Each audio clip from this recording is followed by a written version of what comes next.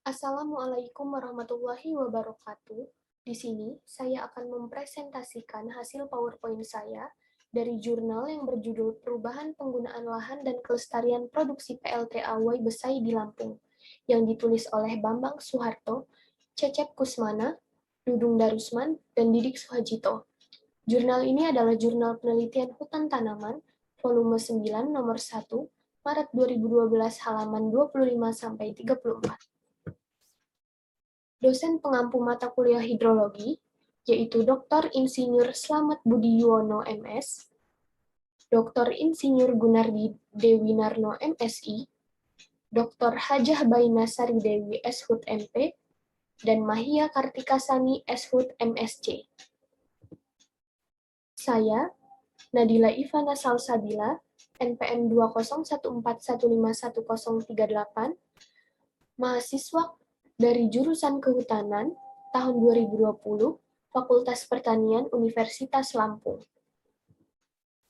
Daftar isi dari PowerPoint ini meliputi 1. Pendahuluan, 2. Tujuan penelitian, 3. Metode penelitian, 4. Hasil dan pembahasan, serta yang kelima, kesimpulan.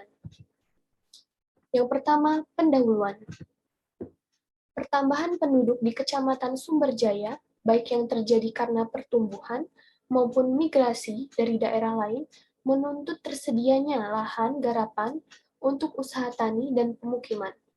Alih guna lahan hutan menjadi sistem pertanian intensif merupakan salah satu alternatif untuk meningkatkan pendapatan petani. Sehingga telah terjadi pembukaan lahan secara besar-besaran di daerah tersebut, terutama membaiknya hara kopi dunia periode 1970-an dan 1980-an, seperti kopi monokultur, kopi naungan sederhana maupun agroforestry berbasis kopi. Menurut Budi Darsono dan Wijaya, 2004. Alih lahan hutan menjadi penggunaan lain akan menimbulkan beberapa masalah lingkungan antara lain. Yang pertama, hilangnya fungsi jasa lingkungan dari hutan, terutama sumber pengatur tata air. Yang kedua, pengatur iklim. Yang ketiga, pengatur keseimbangan hama atau penyakit. Dan yang keempat, pengatur dalam proses regenerasi tanaman. Selanjutnya, tujuan penelitian. Penelitian ini dilakukan dengan tujuan untuk mengkaji komposisi sistem penggunaan lahan yang mampu menjamin kelestarian produksi PLTA dengan pendapatan yang maksimal. Metode penelitian. Metode penelitian ini dilakukan dengan cara 1. Pengumpulan data, 2. Penentuan skenario perubahan lahan, di mana skenario tersebut terdiri dari 5 skenario. Yang ketiga, perhitungan debit air.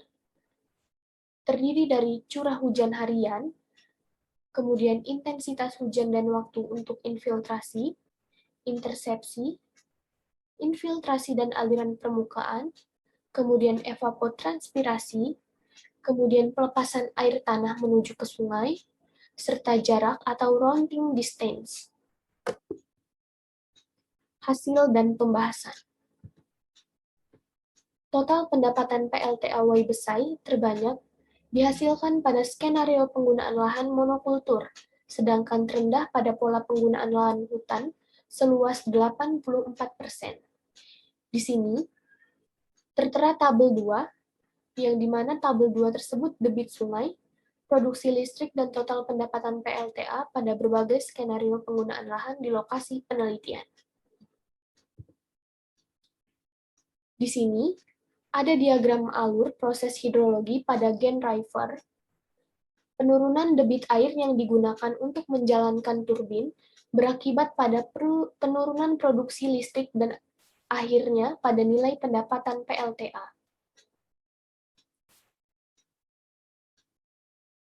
Nah,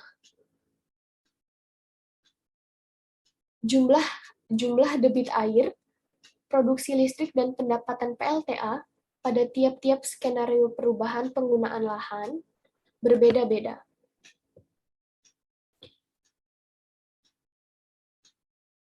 Jumlah debit air, produksi listrik, dan pendapatan PLTA pada skenario perubahan penggunaan lahan Yang pertama ada pada skenario 1, di mana penggunaan lahan tanaman kopi monofaktur.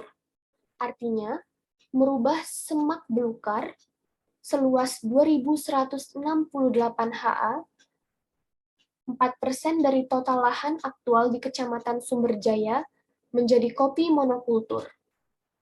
Yang kemudian skenario 2, yaitu penggunaan lahan berupa agroforestry berbasis kopi. Skenario 2 ini adalah mengubah penggunaan lahan dari kondisi aktual yaitu lahan kopi monokultur seluas 4.878 ha, 9%, dan semak belukar seluas 2.168 ha, 4% menjadi agroforestry berbasis kopi. Sehingga total luas lahan agroforestry berbasis kopi bertambah dari seluas 26.016 ha, 48%, menjadi seluas 33.062 ha, yaitu 61%. Kemudian, pada skenario 2, penggunaan lahan hutan seluas 12.466 ha atau 23%.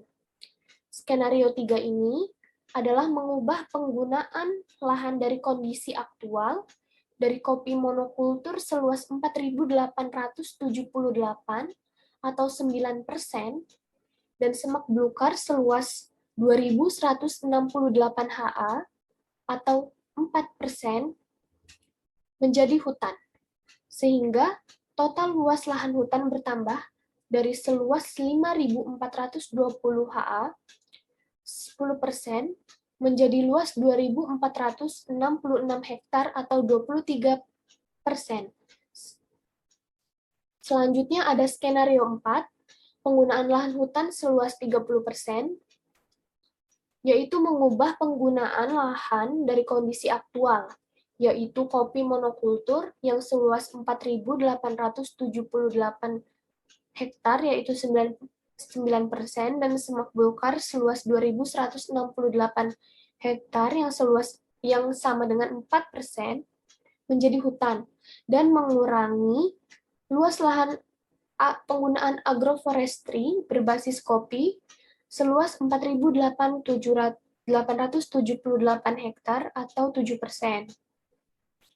Dan kemudian skenario 5, yaitu penggunaan lahan hutan seluas 84%, yaitu mengubah penggunaan lahan dari kondisi aktual berupa kopi monokultur seluas 4.878 hektar atau 9%, semak belukar seluas 2.168 hektar atau 4%, kopi naungan sederhana 7.046 hektar atau 13%, kemudian agroforestry berbasis kopi 26.016 hektar atau 48% menjadi hutan, sehingga luas hutan tersebut menjadi 45.528 hektar, yaitu 84%. Kemudian, penelitian ini menunjukkan bahwa pada skenario 1 dengan 13% dari total luas lahan atau semak belukar diubah menjadi kopi monokultur, total pendapatan PLTA Way Besai di Kecamatan Sumberjaya, Lampung, adalah yang paling tinggi sebesar 361.085,82 juta rupiah per tahun. Apabila dibandingkan antara kondisi aktual dengan skenario 1 sampai dengan 5, maka total pendapatan PLTA Way Besai berbeda nyata antara aktual dengan skenario 5, skenario 1 dengan skenario 5, dan skenario 2 dengan skenario 5. Di bawah ini terdapat tabel 3, yaitu matrik perbedaan total pendapatan PLTA pada tiap-tiap skenario perubahan penggunaan lahan. Pada sistem penggunaan lahan, agroforestry menjadi berbasis kopi lebih menguntungkan secara ekologis dibandingkan dengan kopi monokultur. Manfaat ekologi tersebut antara lain berperan dalam mengatur fungsi tata air, mengatur iklim lokal, dan pelestarian keanekaragaman hayati. Agroforestry berbasis kopi ini juga memiliki berbagai jenis rasa dengan tingkat pelapukan yang berbeda, sehingga berperan menghambat limpasan permukaan dan erosi. Perubahan permukaan lahan akan mempengaruhi besarnya debit sungai Wai Besai. Pada skenario 5 tadi, dengan 84% tutupan lahan berupa hutan, rata-rata tahunan debit sungai cenderung mengalami penurunan. Hal ini disebabkan karena pada lahan hutan dengan struktur dan komposisi yang beragam, serta serasa yang terdapat di lantai hutan akan mempengaruhi siklus hidrologi. Ya, pola penggunaan lahan tanaman kopi monokultur maupun agroforestry berbasis kopi dilihat dari sisi jumlah maupun komposisi vegetasi lebih sedikit dibandingkan dengan vegetasi yang ada di hutan. Dengan demikian,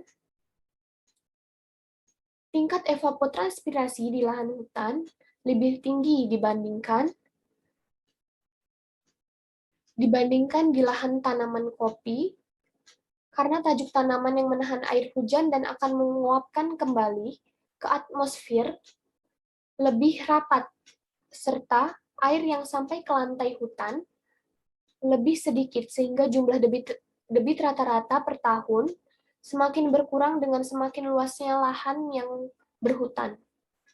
Hal ini terlihat dengan semakin bertambahnya tutupan lahan berupa hutan, maka jumlah debit rata-rata per tahun akan semakin menurun.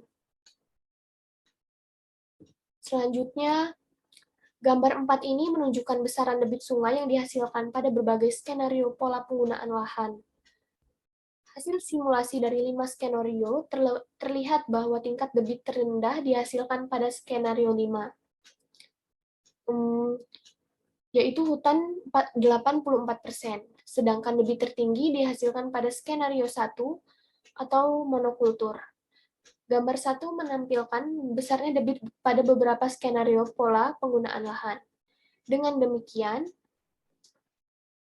skenario penggunaan lahan agroforestry berbasis kopi memberikan total pendapatan yang lestari bagi PLTA Wai Besai dengan mengurangi tambahan biaya yang harus dikeluarkan dengan adanya pengurangan sedimentasi di waduk bendungan. Sedangkan total pendapatan tidak mengalami perubahan yang berbeda nyata. Selanjutnya, kesimpulan. Kesimpulan dari presentasi jurnal ini ada yang pertama, perubahan penggunaan lahan telah menyebabkan perubahan debit sungai yang dihasilkan. Pola penggunaan dengan skenario 5, lahan hutan seluas 84% menghasilkan debit sungai yang paling rendah, sedangkan debit sungai tertinggi dihasilkan pada skenario 1 atau monokultur. Yang kedua, pola penggunaan lahan yang dapat memberikan kelestarian total pendapatan PLTA Wai Besai adalah skenario 2, di mana agroforestry berbasis kopi dapat dicapai dengan memanfaatkan semak belukar seluas 4% dan mengubah kopi monokultur seluas 9% yang saat ini masih ada menjadi agroforestry berbasis kopi. Yang ketiga, menghutankan seluruh areal yang saat ini ditanami kopi atau agroforestry berbasis kopi naungan sederhana kopi monokultur. Dan semak belukar akan menurunkan total pendapatan PLTA Wai Besai hingga 13,5%. Itulah presentasi yang telah saya sampaikan. Semoga apa yang telah saya sampaikan dapat dengan jelas diterima. Sekian dan terima kasih. Wassalamualaikum warahmatullahi wabarakatuh.